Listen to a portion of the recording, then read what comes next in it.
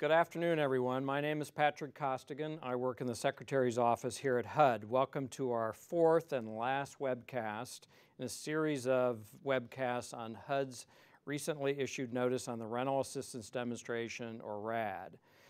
Today we want to share with you the proposed implementation details of RAD as it applies to the Rent Supp and RAP properties. Earlier this week we've had a chance to talk about public housing and mod rehab in more detail. Today we want to now focus on the Rent Supp and RAP portion of the RAD notice.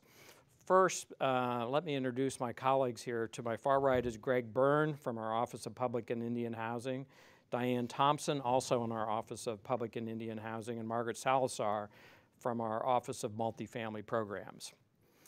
I think by now most of you are probably familiar with RAD, which was authorized by Congress last November in HUD's 2012 appropriations bill, and it was based on our FY12 budget proposal for the rental assistance demonstration.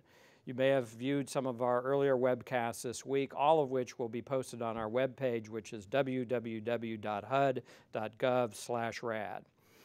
In this webcast, we'll go into further detail on the eligibility criteria, the application procedures, and the program requirements that apply to converting assistance for Rent Supp and RAP properties, which is really detailed in Section 3 of the notice that we just issued. Along the way today, we encourage you to email your questions in while we're giving you an overview. Particularly as they relate to Rent Supp and RAP. We'll take other questions, but again, the focus will be primarily on the Rent Supp and RAP component of the demonstration. You can send in those email questions now or anytime along the way to rad@hud.gov.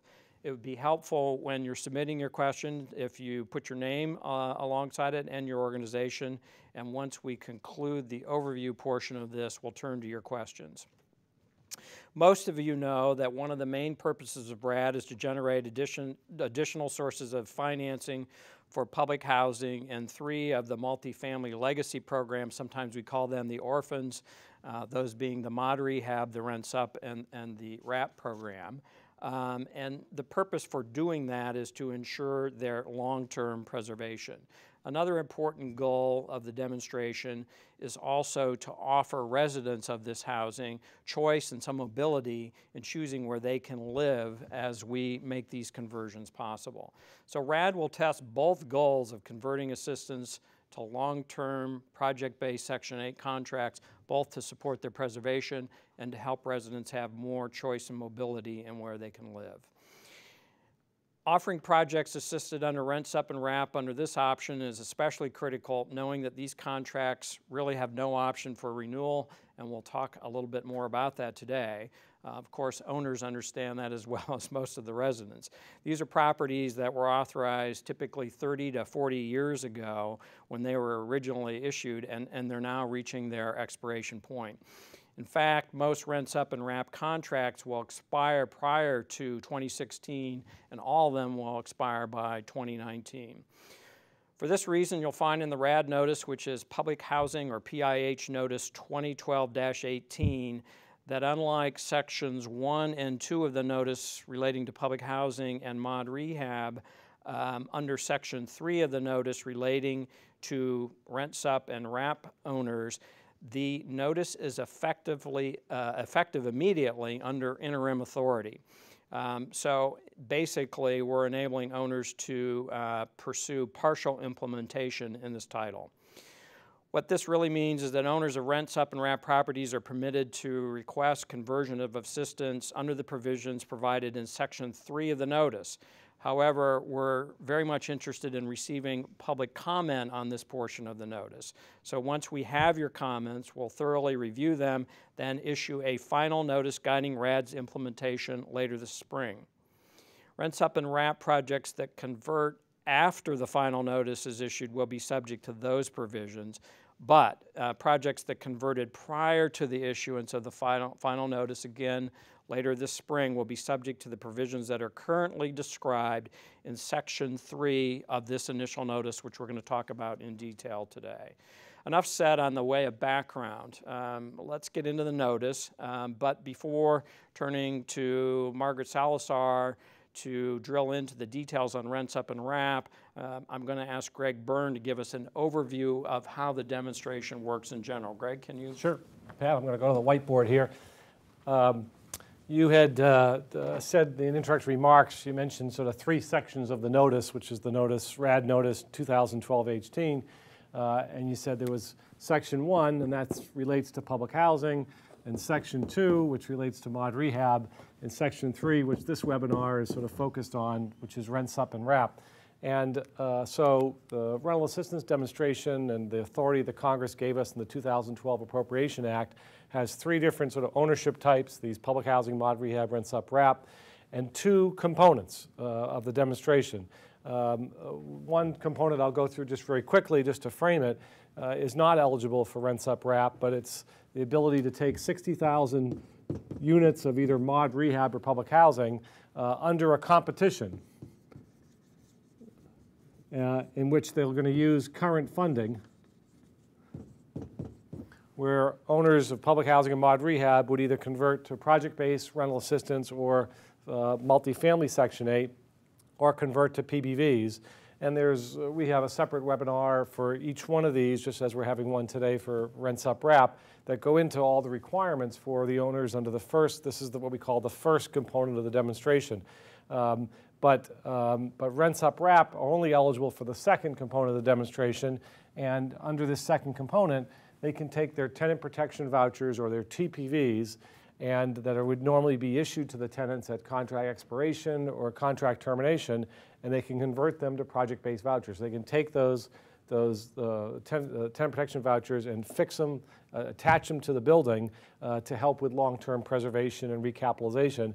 And one of the things that's attractive about this particular component of the demonstration is there's no cap. And so there's no limit on the number of ones that can convert. It's really subject to the availability any year of how many tenant protection vouchers the department has. So unlike all of Section 1 and Section 2 of our notice, which is entirely proposed, Pat, as you said, this, we call it interim authority. This is effective right now, and so any Rent Supp RAP owner under the instructions that we issued can go ahead and proceed along these lines, but we're still going to take public comment. And after we review the public comment, we may issue some updated instructions, but whatever instructions we issued in 2012-18, the notice, for those properties that initially converted, we're not going to change the game for them, that they'll be subject to those rules as at the time in which they converted. Great, that's a helpful overview, Greg. So, Margaret, let's talk now about Rent Supp and RAP. Can you start by telling us a little bit about this inventory? They're getting special treatment over on the right side of the chart there, and then tell us how the actual process for converting these current Rent Supp and RAP contracts to a different form of Section 8 assistance can work. Absolutely. So as we mentioned earlier, the Rent Supp and RAP properties were originally authorized 30 to 40 years ago, and they had finite terms on those contracts. So the budget authority for those contracts only provided for that initial full contract term.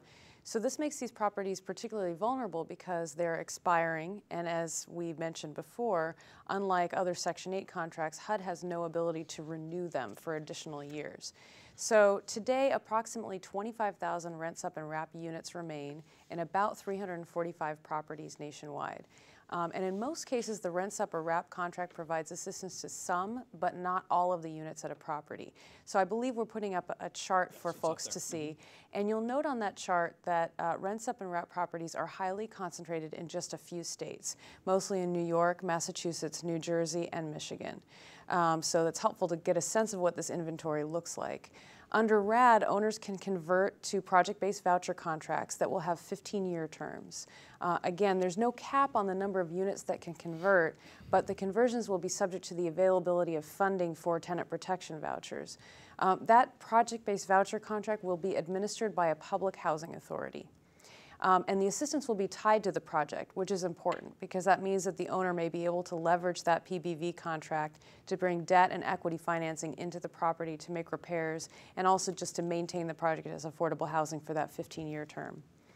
As Greg pointed out, Section 3 of the notice is effective immediately, so Rent Supp and RAP owners can begin to plan for conversions now.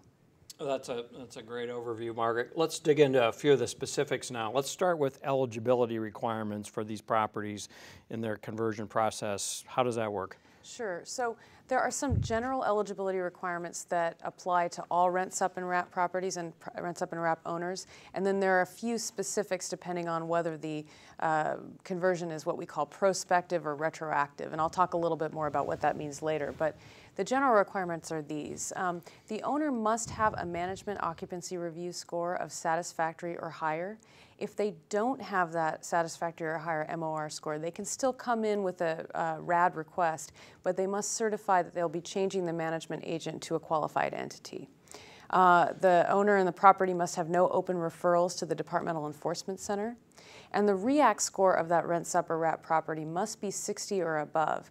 Now, if the REACT score is below 60, again, the property can still participate in the RAD demonstration, but the owner must also submit a plan for financing to address the physical needs of the project, and that will be reviewed by HUD when the application is made.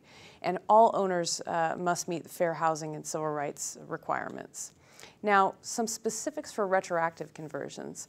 For retroactive conversions, the vouchers have already been provided to the residents, so the Office of Housing no longer oversees that property. It's really overseen by the PHA. So the PHA is administering the vouchers, and therefore the project must meet HQS and be in good standing with the PHA. So Diane, since these conversions are moving to the PBV side of Section 8, or project-based voucher side of Section 8, can you help us understand a few of the main provisions for the projects that we'll be converting? Maybe talk a bit about contract rents and how rents could possibly be increased under these conversions. Sure, no problem. Under the project-based voucher program, the rents are set by the Housing Authority, and they're set at the lesser of up to 110% of the applicable FMR minus any utility allowance, the rent requested by the owner, or the reasonable rent as determined by the PHA. So the normal rent setting provisions under PBV will apply to the Rent Supp and RAP properties that convert.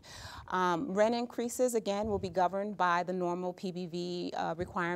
Under the normal program, at anniversary, the owner can request a rent increase, and the Housing Authority will determine the amount of rent increase based on the normal procedures. The PHA would set it, again, up to 110% of the FMR, limited by rent reasonableness. And one other main component of the PBV program that will be different for Rent Supp and RAP owners is the choice mobility requirement under the PBV program. Families that are living in project-based voucher units have the statutory right to request to move after 1 year with comparable tenant-based assistance, either in the form of a voucher or other comparable assistance that the PHA administers. And those residents will have an absolute preference to the next available voucher or comparable assistance that the PHA has. So these conversions going to project-based vouchers are pretty consistent with most things related to PBVs, but we also got some waiver authority under the RAD statute. Can you point out a few of those key things that we're willing to look at some waivers on? Sure. Well, we had a couple of statutory provisions that were explicitly, we were explicitly allowed to waive under the statute, and one of them has to do with the PBV income mixing requirement. Under the regular PBV program, no more than 25% of the units can be converted, can be covered by a PBV HAP contract. There are a few exceptions, however, in the case of single-family properties, elderly properties, disabled properties, and families that properties that are for families, but the families are receiving supportive services. In those cases, 100% of the units may be project-based. Otherwise, the 25% limit applies. However, for purposes of RAD, we've increased that threshold to 50%. And where the exception is based on the provision of supportive services, the existing residents, they'll be offered the supportive services that will be provided by the PHA. But if that existing tenant, for example, declines the offer of supportive services, the unit remains under the HAP contract and the family is not terminated. They're allowed to continue to reside in the unit. The unit's still considered an accepted unit. However, once that family moves and the next family is offered the unit from the PHA's waiting list, that family must agree to the supportive services requirement in order for that unit to continue as accepted under the PBV contract.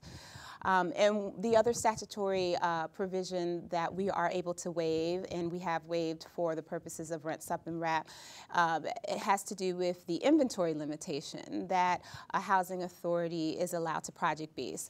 Right now, the limit is 20% of the housing authority's annual budget authority for the tenant-based program that can actually be project-based. And under RAD, these contracts and these units will not count against that 20% cap. One other important waiver that that we allowed under RAD for the purposes of Rent Supp and RAP has to do with PHA competition and selection of units. Currently, the regulation requires that the housing authority request proposals for project-based voucher assistance, and under RAP, we've decided to waive that regulatory provision.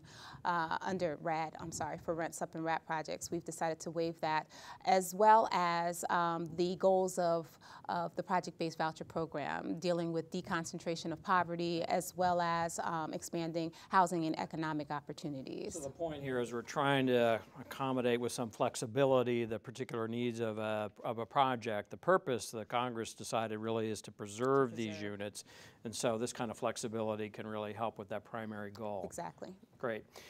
Margaret, let me come back to you. You raised the whole business about retroactive and prospective conversions, which is one of the features that makes the RAD statute very interesting.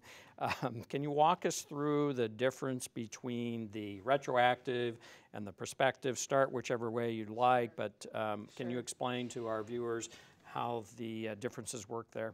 Absolutely. So first I'll just note for folks that there's a chart in the notice. I think it's in section 3 of the notice, I believe on page 132.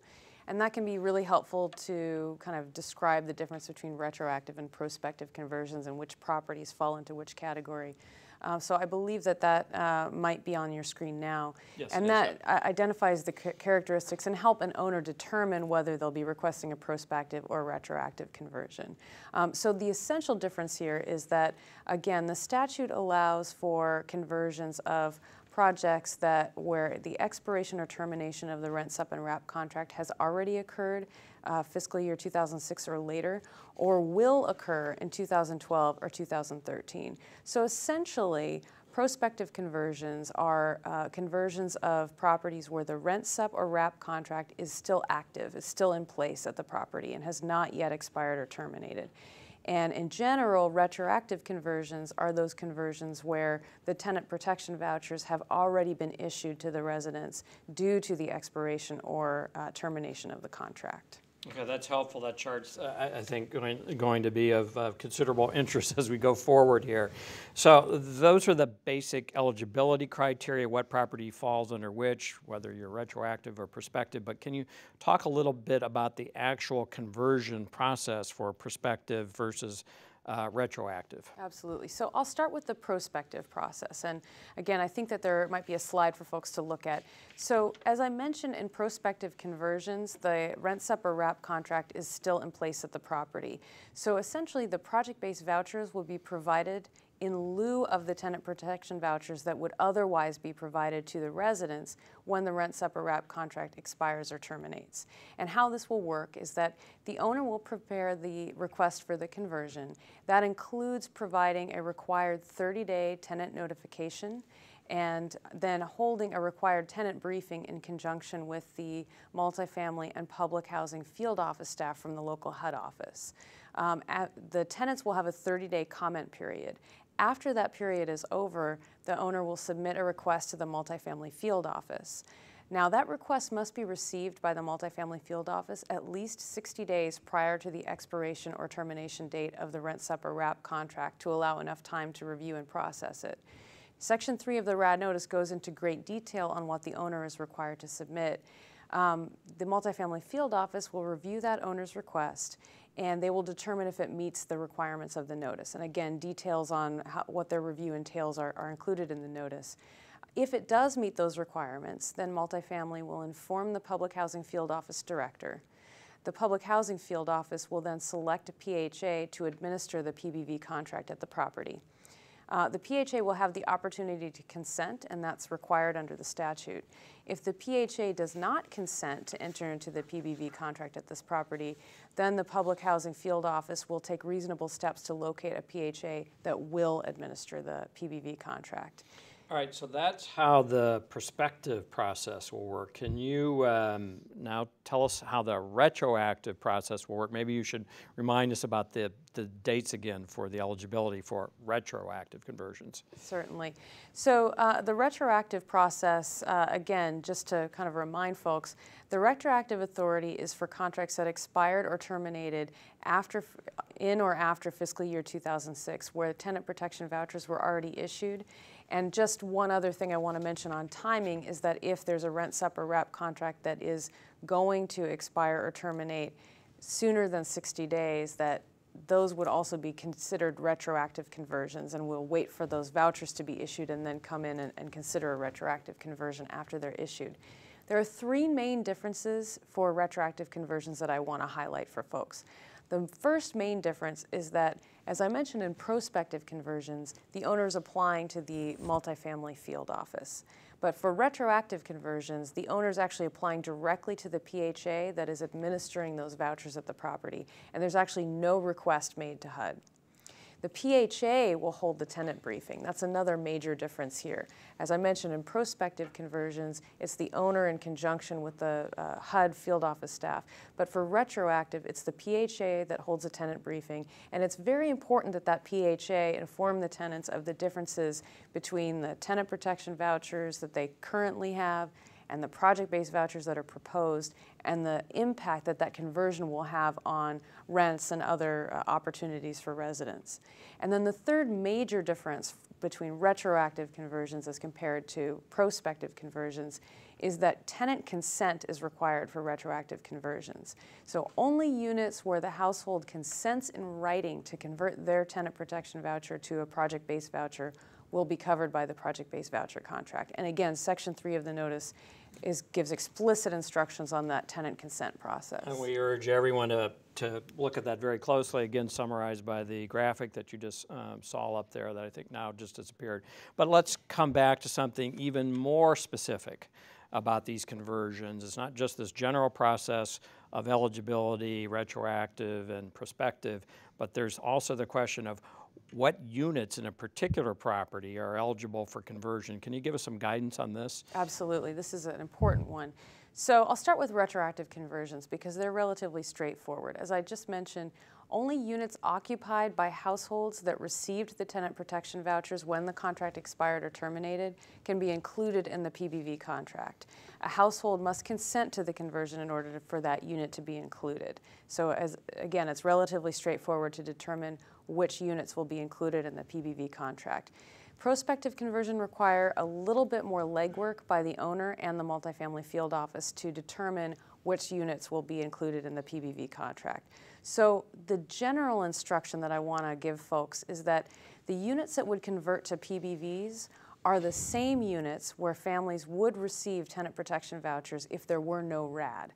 So the first exercise is to determine how many units at the property would receive tenant protection vouchers due to the expiration or termination of the contract. Now, if the contract is expiring, the tenant protection vouchers would be provided for all the units on the original Rent Supp or RAP contract that have been occupied within the 24 months prior to the expiration date of the contract at some point in that 24-month period.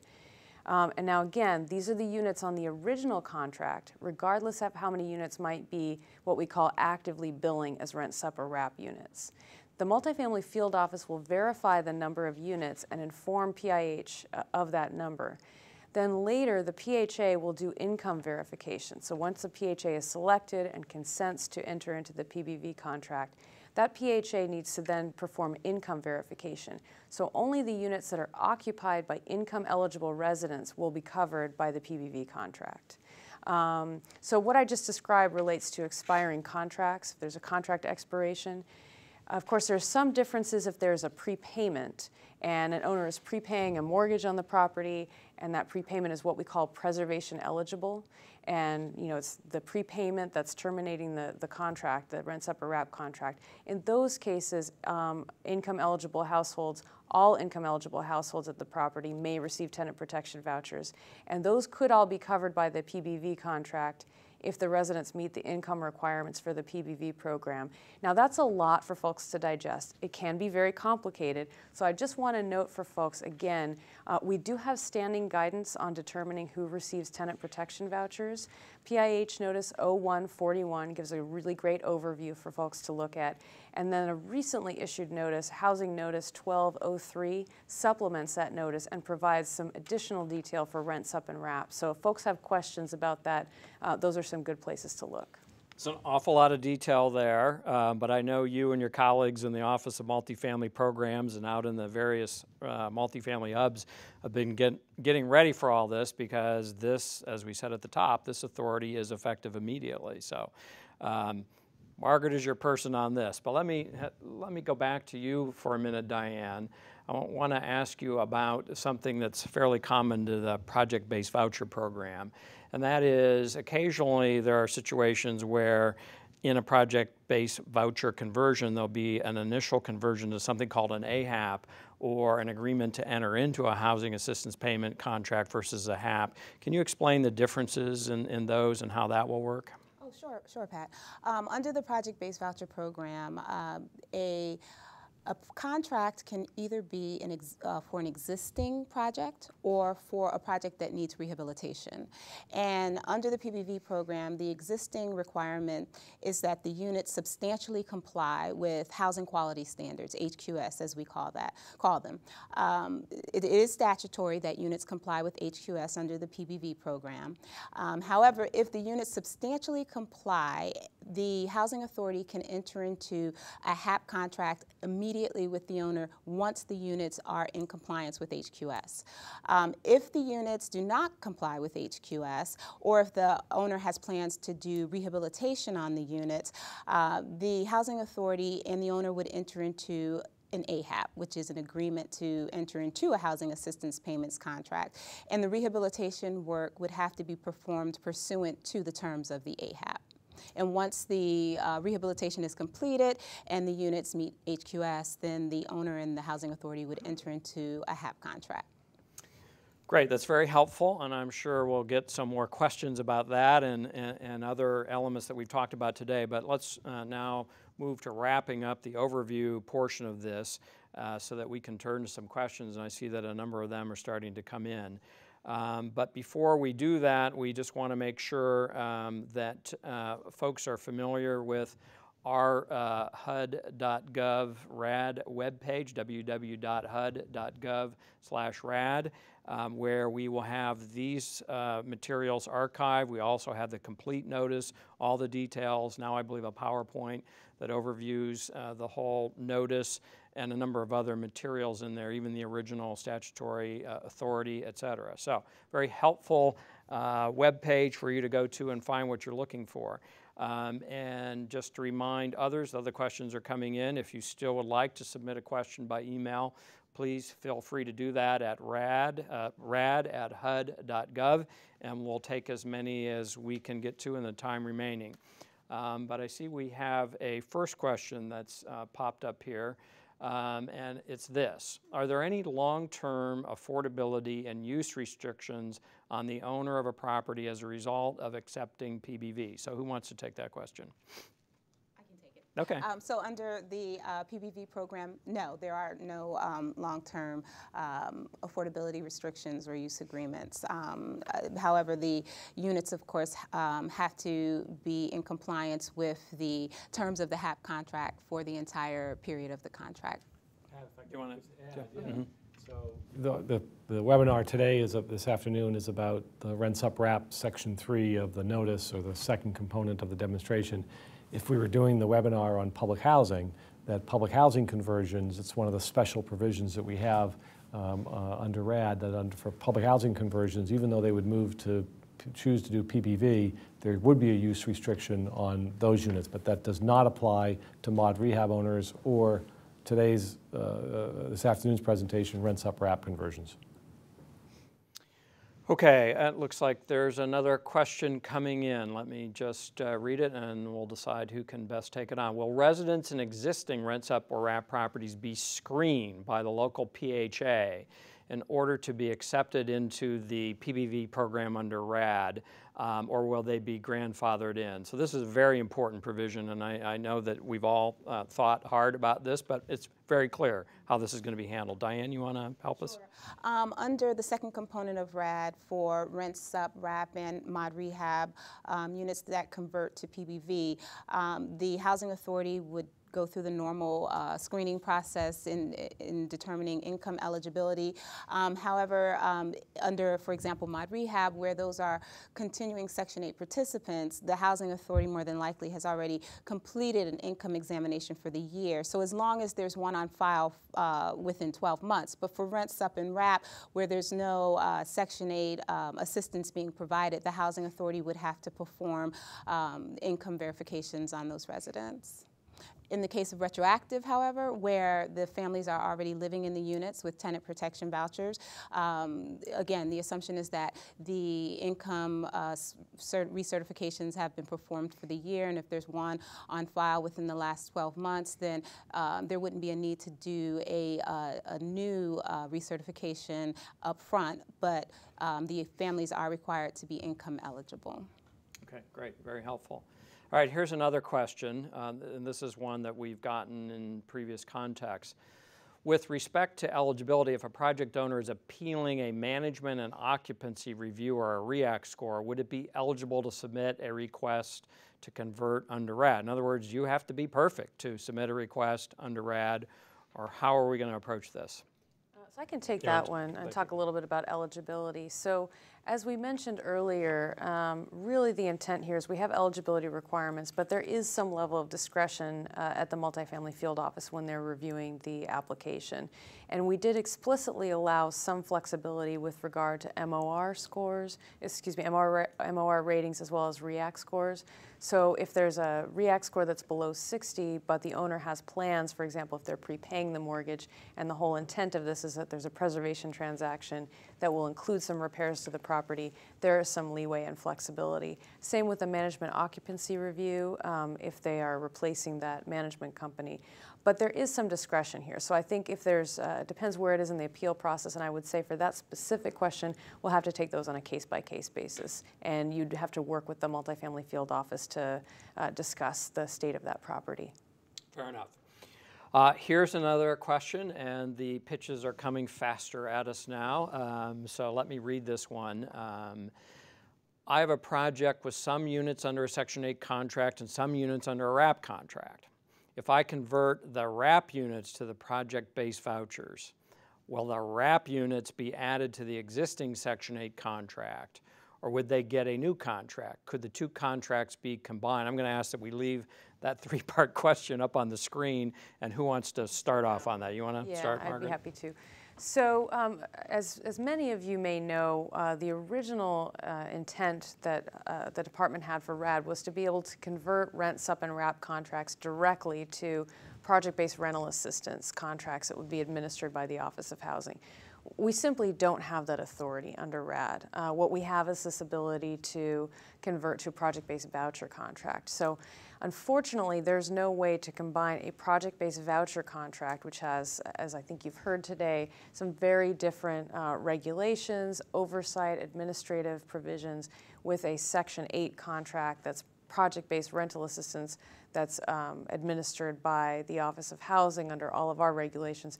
They're just apples and oranges, and unfortunately there's no way at this time to combine those contracts.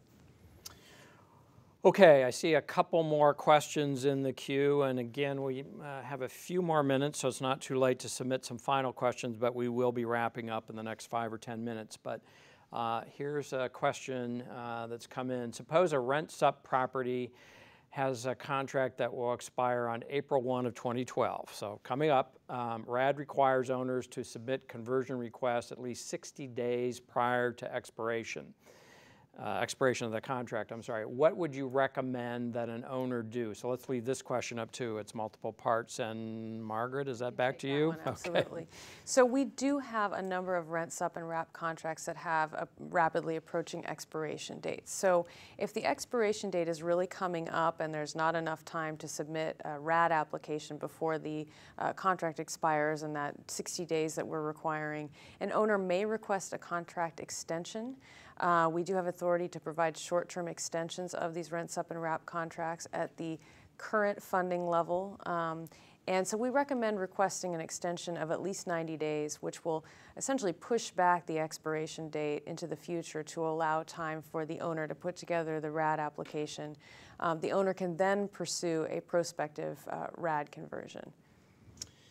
All right, another question has come in, and this is, I think, a very good question, and maybe we can kind of go back through the financing details. And the question is this: at what point in the conversion process will rents be set for projects leveraging new rents to finance project repairs? So I think what we're trying to get at is, when is it clear what your rent will be under conversion, regardless of what you've got now? But when will the new, in essence, RAD rents be set and clear so that an owner can go out and sit down and talk to a lender or investor about recapitalization? Yeah, that's a good question, and I can take a stab at it first. Sure. So under the PBV program, the rents, as I mentioned earlier, are going to be set according to the PBV rent requirements, and it really depends on whether or not the owner and the housing authority are entering into an AHAP or a HAP.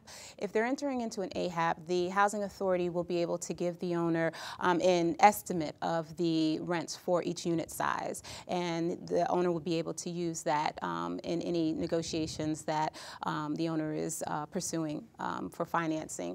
The housing authority can easily kind of figure that out. Most housing authorities use the standard of setting rents up to 110% of the FMR, and of course, like I said earlier, they're capped by rent reasonableness, right. And the PHA makes that determination as well. If the owner's going straight to HAP, the rents will be indicated in the HAP contract. So this is a pretty standard process for most of the PHAs participating in PBVs. This is not something new and different under RAD, but PHAs pretty much understand this and should be able to work with the owner. If the owner comes in, sits down, and sort of asks for an explanation of this, I'm assuming that PHA would be happy to explain how this can work. Most definitely. Okay, great. I think we have just one more question in the queue, so let's turn to that, and that is, what if a RAP property has already submitted a prepayment application to HUD, and the owner wants to secure PBVs but does not want to delay the closing, which is scheduled for May 15th? Okay, so there's a couple of variables in there, so let's leave that question up again. So who wants to try that one? Can take that one. So again, we do know that there are either expiration dates that are coming up on some of these contracts, or again, we do think that a lot of these will be terminating contracts due to a prepayment, because typically when there's a prepayment, that terminates the contract. So our recommendation in such a case would be, because the transaction is already being underwritten with assumptions about rental assistance or other kinds of income to the property, and because the tenants have already received the prepayment notification and are already aware of potentially getting vouchers, it really is advisable for this transaction to go forward with providing the tenant protection vouchers for the eligible families, and then pursuing a retroactive conversion with the PHA after those vouchers are provided. And that will really avoid any delay in the closing, any time that's needed for the RAD conversion to take place. All right, that appears to be our last question. So with that, I'm going to suggest that we wrap up today's webcast. This, again, is the 4th webcast this week. on the actual notice, but we will be in the future conducting webcasts that will relate to the details of the application process for public housing, mod rehab, rent supp. So we'll go through that because there is a pretty proscribed application process material. So we'll come back and go through that. We also expect to offer a webcast related to the specifics of assembling financing and how that might work, et cetera. So with that, I would like to just again encourage everyone who has questions to not be shy, and no one ever really has been in the past, but not be shy about submitting questions about the demonstration in general, the notice in particular. Those can be submitted to rad@hud.gov. I just want to emphasize again, we are looking for overall comments on this initial notice, but those comments need to be submitted according to the procedures that are actually laid out in the notice in writing. That can be done electronically and in writing.